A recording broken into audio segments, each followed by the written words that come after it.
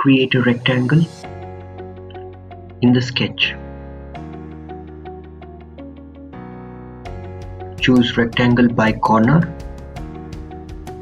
Specify the dimensions.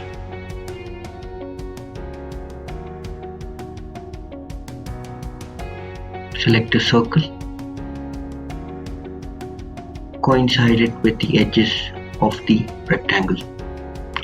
Choose delete segment to delete the segments in the circle and the rectangle. Click OK if satisfied with the result. Extrude to next.